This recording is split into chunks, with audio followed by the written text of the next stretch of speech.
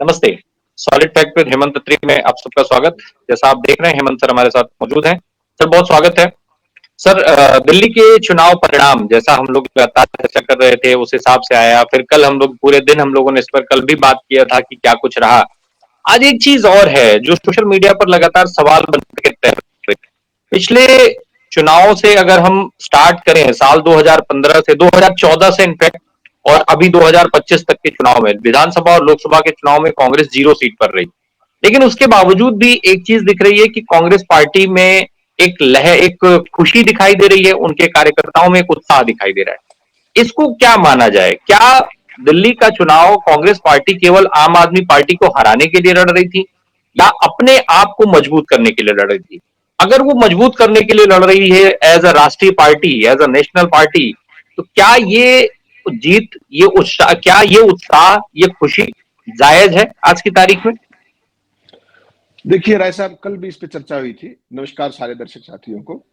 और आज फिर इसको थोड़ा सा अगर आप खोल के देखेंगे तो मुझे लगता है कि देश की सबसे पुरानी राजनीतिक पार्टी, देश का मुख्य विपक्षी दल, अगर देश की राजधानी में शून्य की हैट्रिक बनाए और उस पर जश्न मनाए आईटी सेल के जरिए और उसमें जस्टिफाई करे उसको, तो मैं व्यक्तिगत तौर पे इसको केवल एक बौद्धिक दिवालियापन मानता हूं।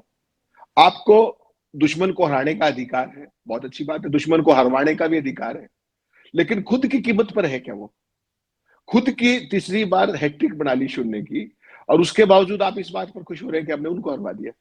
तो आपका तो कोई कहीं पर कोई वो होना चाहिए ना, पैर जमीन पर होने चाहिए। आपका तो कहीं जमीन पर तीसरी बार लगातार शून्य है। एक बात। दूसरा, कांग्रेस पार्टी के जो बड़े से बड़े नेता है, अशोक गहलोत से लेकर के तमाम लोग, वो सरेआम इंटरव्यू में एक बात कह रहे थे कि साहब हमारी तो मुख्य विपक्षी जो वो मुख्य विरोध है, हमारा मुख्य शत्रु है इस चुनाव में, वो आम आदमी पार्टी।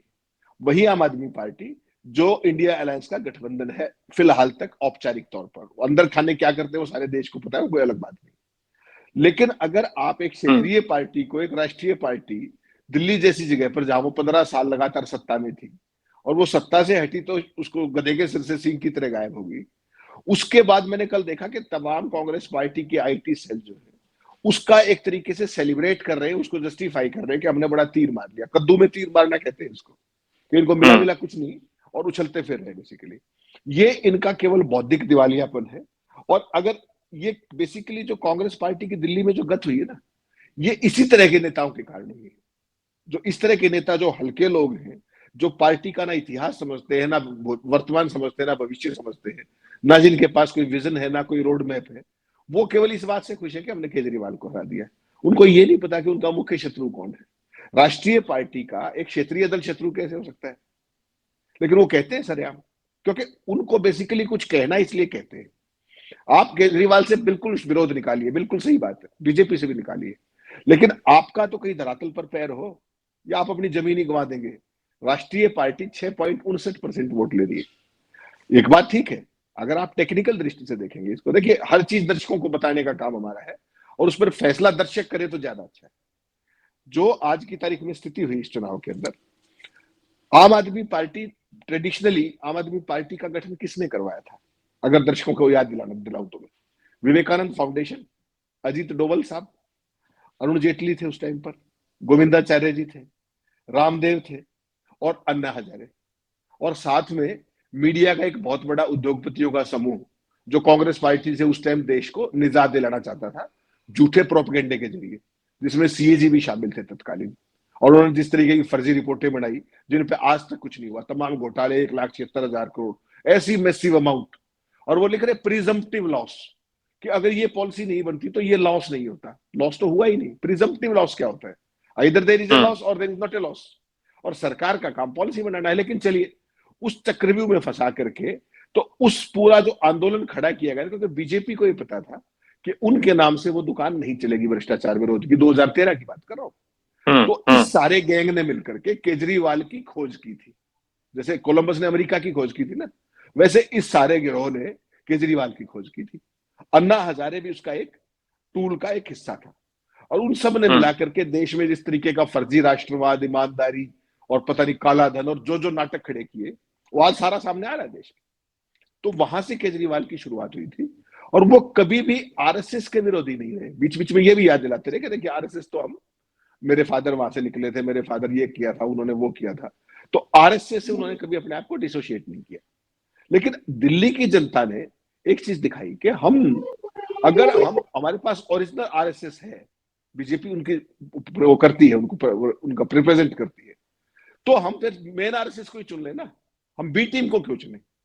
और 5 साल 10 साल से तो आप ये कह रहे हो कि एलजी हमें काम नहीं करने देता, तो 5 साल का और हो जाता। तो जनता ने कहा कि चलो मोदी तो आ ही गए हैं दोबारा, तो इसी को चुन लेते हैं भाई, कम से कम डबल इंजन का देख लो। तो एक कांग्रेस विकल्प बन नहीं पाई। कांग्रेस इसी उहापोह में रही। पहले उन्होंने ये कह दिया कि हमें 15 सीट दे दो, आप 55 पे लड़ लो। लेकिन केजरीवाल जिन खेल करके जमानत पे आए थे केंद्र के साथ मिलकर के, उसमें था कि पहले उन्होंने हरियाणा में हरवाया, अगर आपको ध्यान हो तो। हरियाणा में केजरीवाल का पूरा रोल देखिए आप, राज्य जो सियासत का रोल है 2013 के बाद, ताजा देखिए, पिछला छोड़ दीजिए, पिछले का कोई मतलब नहीं। अभी जो अक्टूबर में लोकसभा के चुनाव हुए थे हरियाणा के अंदर, उनको केवल 1.80% वोट मिला हरियाणा में, कहीं जमानत नहीं बची, कुछ नहीं हुआ।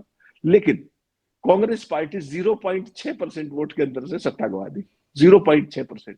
दिस इज जस्ट नेग्लिजिबल, लेकिन गवा दी। उससे पहले आप देखोगे गुजरात में मोदी के साथ खेल करके हिमाचल से अपना झोला झंडा उठा करके गुजरात पहुंचे थे रातों रात, वहां 13% वोट ले ली और कांग्रेस पार्टी को एवर लो 17 सीटों पर सीमित कर दिया गुजरात में। 13% वोट केजरीवाल की फर्स्ट टाइम में। कोई पॉलिसी नहीं, कोई प्रोग्राम नहीं, कोई लेना नहीं देना नहीं, लेकिन वो खेल समझ लीजिए किसकी शय पे था वो सारा आरएसएस और बीजेपी की शय पे ही था। तो 13% वोट ली, कांग्रेस पार्टी को 17 पे सीमित कर दिया और हालत ये हुई कि वो विपक्षी दल बनने के भी लायक नहीं रही गुजरात में, जहां पे वो हमेशा से फॉर्मिडेबल फोर्स रही। मोदी बेशक कभी से मुख्यमंत्री हो, कुछ भी हो, लेकिन उसमें गुजरात में कांग्रेस की बड़ी मजबूत उपस्थिति रही है लगातार। इस बार हालत केजरीवाल ने ये करवा दी कि ये हुआ। छोड़ दीजिए इसको, गोवा में चलिए। गोवा में आम आदमी पार्टी ने 6% वोट लिए और उसके बाद 6 सीट जीत ली, कांग्रेस का मटिया मेट हो गया।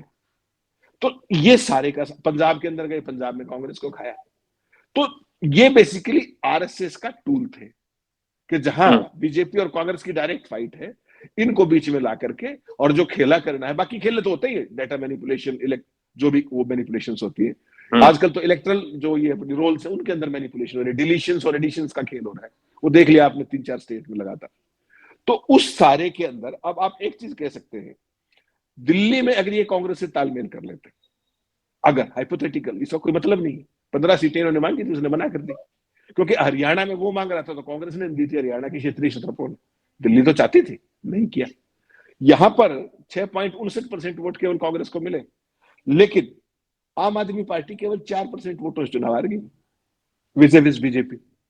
और अगर केजरीवाल में तालमेल होता तो ये 6.59% तो थे ही थे, और केजरीवाल भी चुनाव नहीं हारते, खुद भी, पार्टी भी नहीं हारती और केजरीवाल भी नहीं हारते।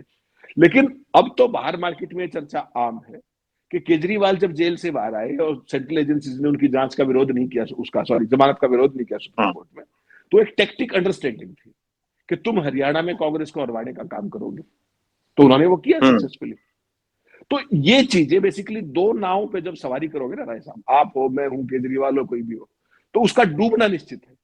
तो केजरीवाल अब मुझे, मैं सर एक चीज समझना चाहता हूं। अब पहली चीज तो ये कि भाई नोटिफिकेशन जारी हो गया विधानसभा भंग होने का, आतिशी का इस्तीफा हो गया, आतिशी ने इस्तीफा दे दिया है। एक चीज और, कांग्रेस की और इसकी बात तो हो गई, अब जरा हम आम आदमी पार्टी की बात कर रहे हैं। सारे बड़े नेता हार गए हैं, आतिशी मुख्यमंत्री थी, आतिशी अपना चुनाव जीत गई हैं। एलजी साहब पहले ही तारीफ कर चुके हैं कि आतिशी जो है वो अरविंद केजरीवाल से अच्छे मुख्यमंत्री हैं।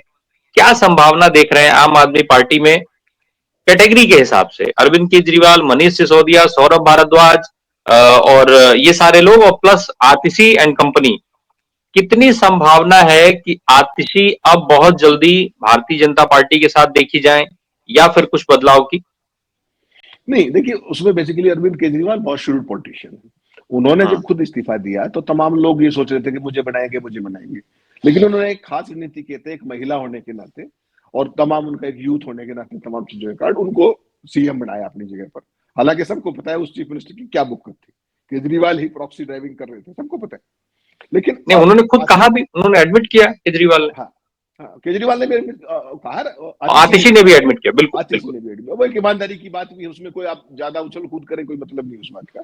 सबको पता है कि वो खड़ा रात चला रही थी, इसमें कोई बड़ी बात नहीं है, स्वीकार कर लिया अच्छी बात है ईमानदारी से, वरना तो क्या ही। अब सवाल ये है कि केजरीवाल की सेकंड लाइन, एक तरीके से पहली बात तो फ्रंट लाइन ही निपट गई, खुद केजरीवाल और सिसोदिया निपट गए दोनों। हम्म। अब आपके पास आतिशी को बढ़ाने के अलावा लीडर ऑफ अपोजिशन और कोई विकल्प नहीं दिल्ली के अंदर तो, और आतिशी इस हालत में बीजेपी में खुद नहीं जाएंगे फिलहाल के लिए। हम्म। अभी वो यहीं पर विपक्षी दल उसका रहेगा, क्योंकि कैबिनेट मिनिस्टर का रैंक भी है, और फिर हम्म। पार्टी का फ्रंट लाइन का फेस बनना चाहिए। हम्म। पार्टी के जो नीचे वाले विधायक है ना, जो वो टूट के जा सकते हैं अगर बीजेपी जब भी नहीं, लेकिन सर अरविंद केजरीवाल जिस तरीके के नेता हैं, अभी जो जिस तरीके से उनको कहा जाता है कि वो इन सब चीजों में मोदी जी से भी आगे हैं, ऐसे में वो आतिशी को आगे करेंगे क्या? क्योंकि उन्हें भी पता है कि फिर अगर हमने आगे कर दिया तो 5 साल में आतिशी मुझसे भी बहुत बड़े स्टेचर की नेता हो जाएगी, और फिर वो नहीं कर पाएंगे। और एक चीज और, अभी तक का जो इतिहास रहा है सर, जितने भी खड़ाऊ मुख्यमंत्री बनाए गए, वो सब उन सब से संबंध चला नहीं पार्टी का, और वो सब निकल करके भाजपा में ही गए। जीतन राम मांझी उदाहरण है आपके। ये झारखंड में आपका वही सीन हुआ, उसी तरीके से हुआ। आतिशी के साथ भी तो स्थिति वही, और भाजपा तारीफ कर ही रही है ऑलरेडी।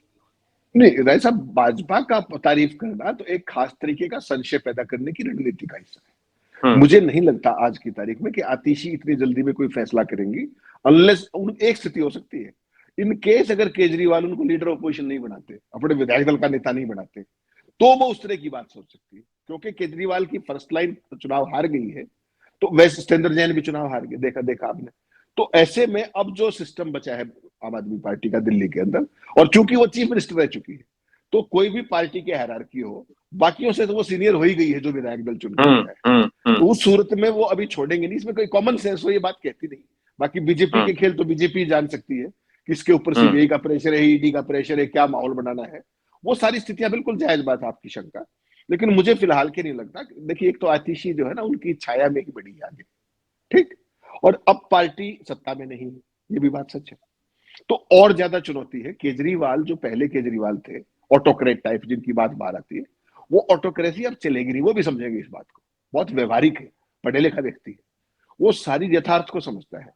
अब उसका पूरा का पूरा ध्यान पंजाब में सरकार को बचाने पे रहेगा लगातार, कि किस तरीके से पंजाब में भी मटिया मीट ना हो जाए जैसे दिल्ली में काम हो गया। तो वो अभी किसी भी तरीके की फॉल्ट लाइंस को और ज्यादा इरिटेट नहीं करेंगे। खबर तो कल से चर्चाएं तो इस चीज को लेके चल रही हैं कि अब भगवंत मान की कुर्सी खतरे में आ गई है, और वो खतरा भाजपा से नहीं, वो अरविंद केजरीवाल से बताया जा रहा है। कहा यह जा रहा है कि भगवंत मान को हटा के अरविंद केजरीवाल अब पंजाब के मुख्यमंत्री बन सकते हैं। That is next to impossible, that is just next to. जिन लोगों को पॉलिटिक्स की समझ नहीं है, जो पंजाब को नहीं जानते, पंजाब की सियासत को नहीं जानते, वो इस तरह की बचकाना बातें करते हैं, और ये डॉगी मीडिया के एजेंडे का हिस्सा है, एक खास तरह की मंशा के तहत पंजाब को डिस्टेबलाइज करने की दिल्ली की कोशिश आज से नहीं, बहुत दिनों से लगातार उसको डिस्टेबलाइज करते हैं।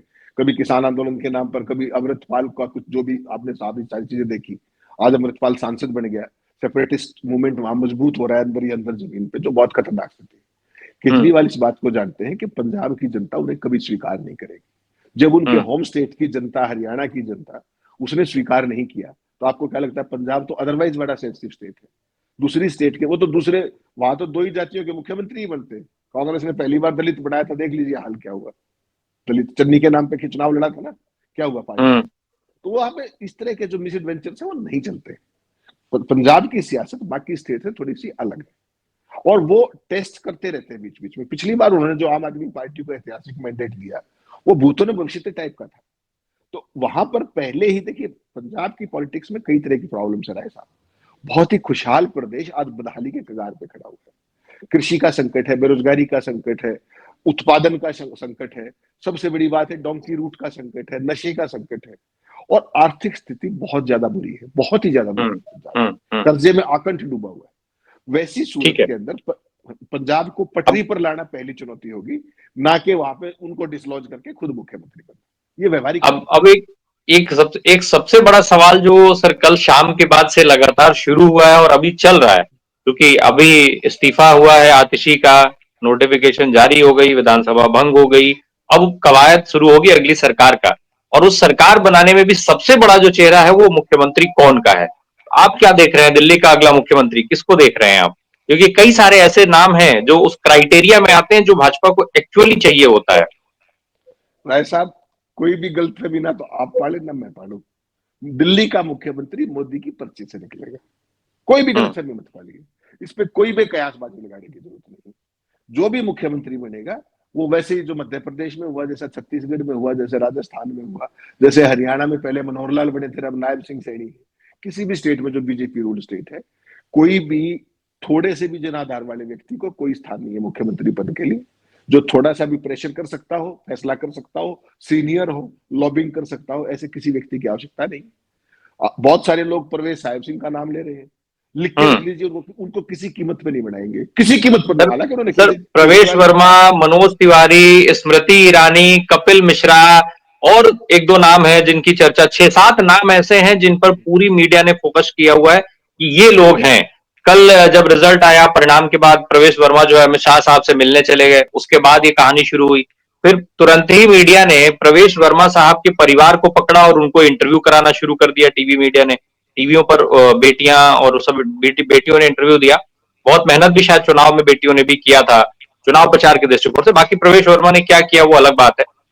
तो क्या ये सारे लोग क्राइटेरिया में नहीं आते? भाई स्मृति ईरानी गांधी परिवार को गाली देने का सबसे अच्छा काम करती रही हैं, और उनका सबसे अच्छा काम भी मेरे ख्याल से वही है शायद। प्रवेश वर्मा अभी जूते से लेके कपड़े तक, पैसे बांटने तक का उन्होंने काम चुनाव आयोग के नाक के नीचे करते रहे। मनोज तिवारी क्या कुछ करते हैं वो सबको पता है कि वो पूर्वांचलियों को ही गाली देते हैं, उन्हीं के वोट से चुनाव जीतते हैं।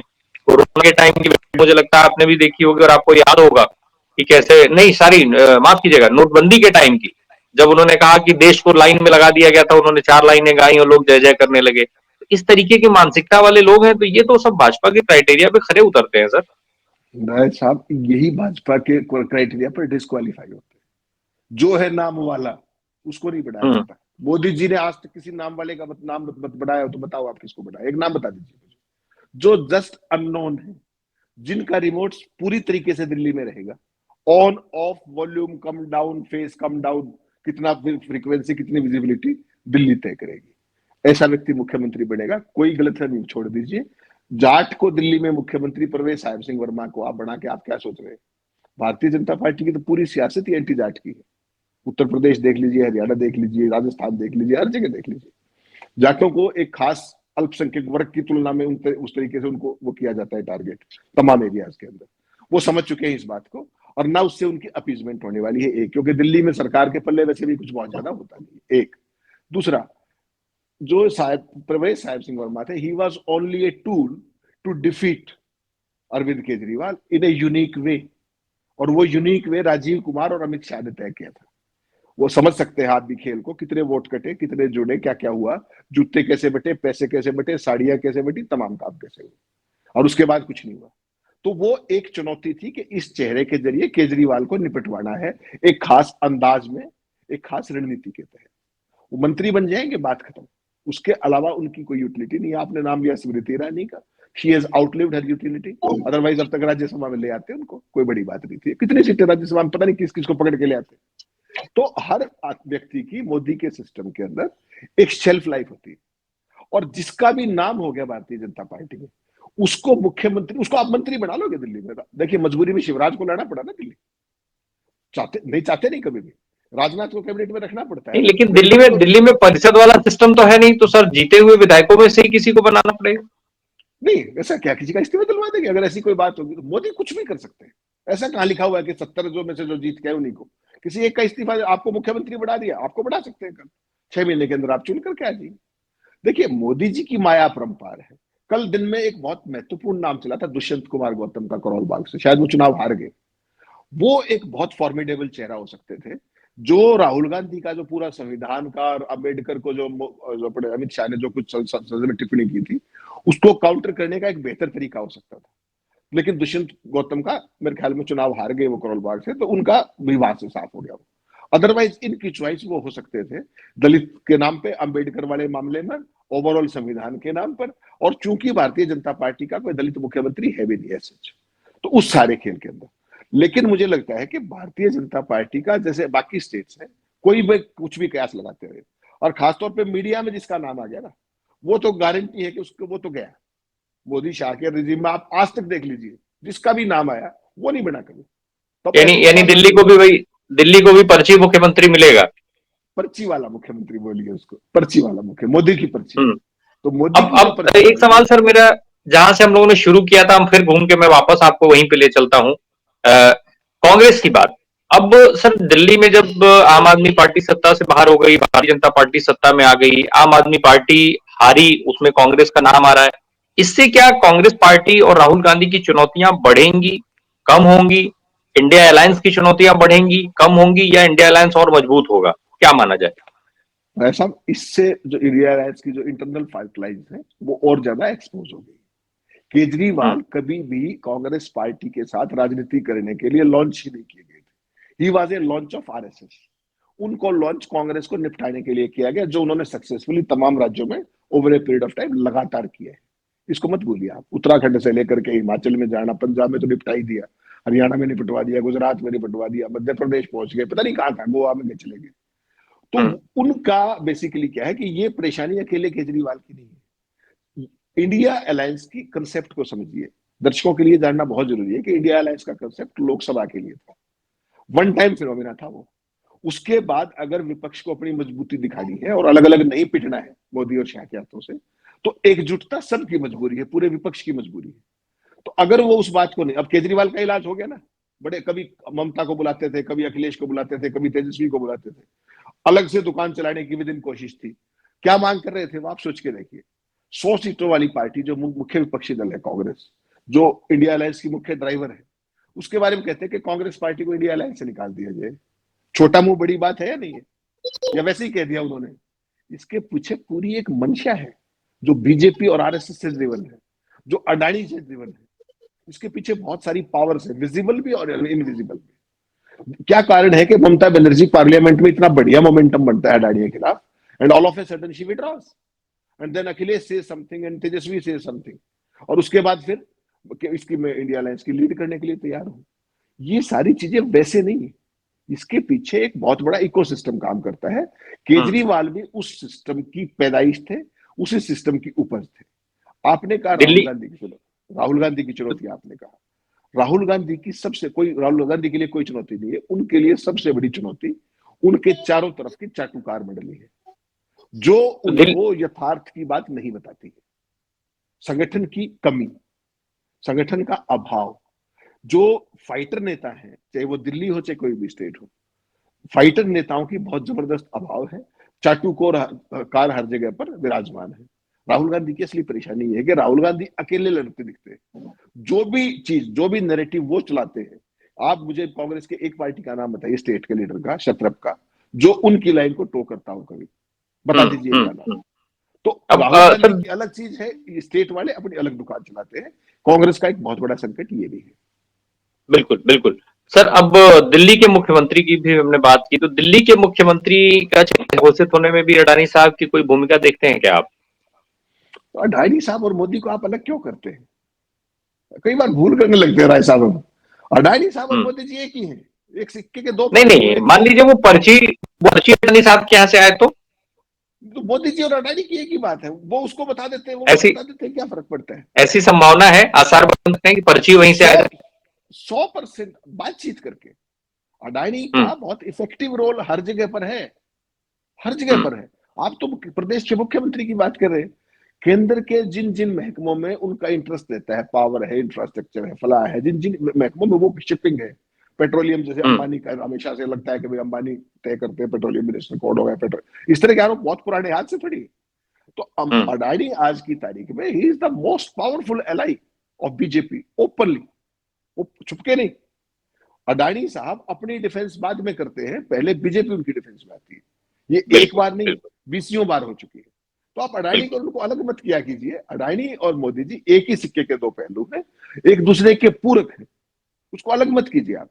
केंद्र में उनके प्रिय महकमे जिनमें वो धंधा करते हैं, उनका मंत्री कौन होगा, इसमें कोई शक है कि आप कौन कौन तय करता है इसको, या उनकी कंकरेंस के चलिए। बिना कोई मंत्री बनता होगा? Adani ji is one of the most powerful forces in this country, जो ना केवल केंद्र के मंत्री बल्कि मुख्यमंत्री और तमाम, आपको पता है ये जो माधवीपुरी बुच है, ये कहां से आई थी? सारे देश ने देख लिया कहां इन्वेस्टमेंट्स थी, क्या क्या था। जिस काम को राउंड ट्रिपिंग और पैसे की कालाबाजारी का और करने का काम उनका था, सेबी का, उसको रोको, वही काम वो खुद कर रही थी। और देश की जो पार्लियामेंट की जो सबसे महत्वपूर्ण संस्था है, उसने उसको कितनी बार बुलाया, वो पेश हुई क्या कभी? क्यों? क्या कोई और सेबी का चीफ सोच सकता है ऐसी बात? सोच सकता है वो नहीं आई ना। तो इतना बढ़िया सेबी चला रही थी, अब उन्हीं को मुख्यमंत्री बना के भेज दिया जाए, उसमें क्या दिक्कत है? दिल्ली चलाएंगी बढ़िया। निश्चित रहिए, आपको बहुत दुर्दांत प्रतिभा को लेके आएंगे मोदी जी, जिसका कोई नाम नहीं होगा, कुछ नहीं होगा, और वो दिल्ली के रिमोट से बहुत बढ़िया चलेगी। कांग्रेस का, बीजेपी का कोई मुख्यमंत्री देखिए प्रदेशों के अंदर थोड़ी बहुत उछल कूद हेमंता बिस्वा शर्मा कर लेते हैं कभी कभार, ज्यादा बड़बोलेपन में। यूपी के जो मुख्यमंत्री हैं उनकी तो आदत का हिस्सा भी है, मजबूरी भी है पॉलिटिकल, कि उनको इस तरह की चीजें करनी है। बाकी बाकी बीजेपी के जितने मुख्यमंत्री हैं, आप नाम गिनवा दीजिए मुझे। अगर मैं ऑफ एंड आपसे बीजेपी के 5 मुख्यमंत्री पूछ लूं इन 2 को छोड़ के, आपको दिक्कत हो जाएगी बताने में। तो चलिए, नो मैन को बनाने की, person from nowhere is the BJP choice for chief ministership. देखा जाए कि किसके नाम की पर्ची निकलती है, किसके हाथ ये लॉटरी लगती है। मुझे लगता है कि शायद एक आध दिन में इसकी तस्वीर भी क्लियर हो जाए। अगर अगर भाजपा फिलहाल इस समय मीडिया के नैरेटिव्स को नहीं बदलना चाहती होगी, तो 1-2 दिन में अगर नहीं बदलना चाहती होगी तो फिर ये लंबा चलेगा, जैसे हरियाणा में चला, जैसे महाराष्ट्र का चला, तो उस तरीके से चलेगा। और अगर कुछ होगा नया तो फिर जल्दी अनाउंस हो जाएगा। बहुत बहुत धन्यवाद हेमंत सर, से बात करने के लिए। Thank you so much. Thank you.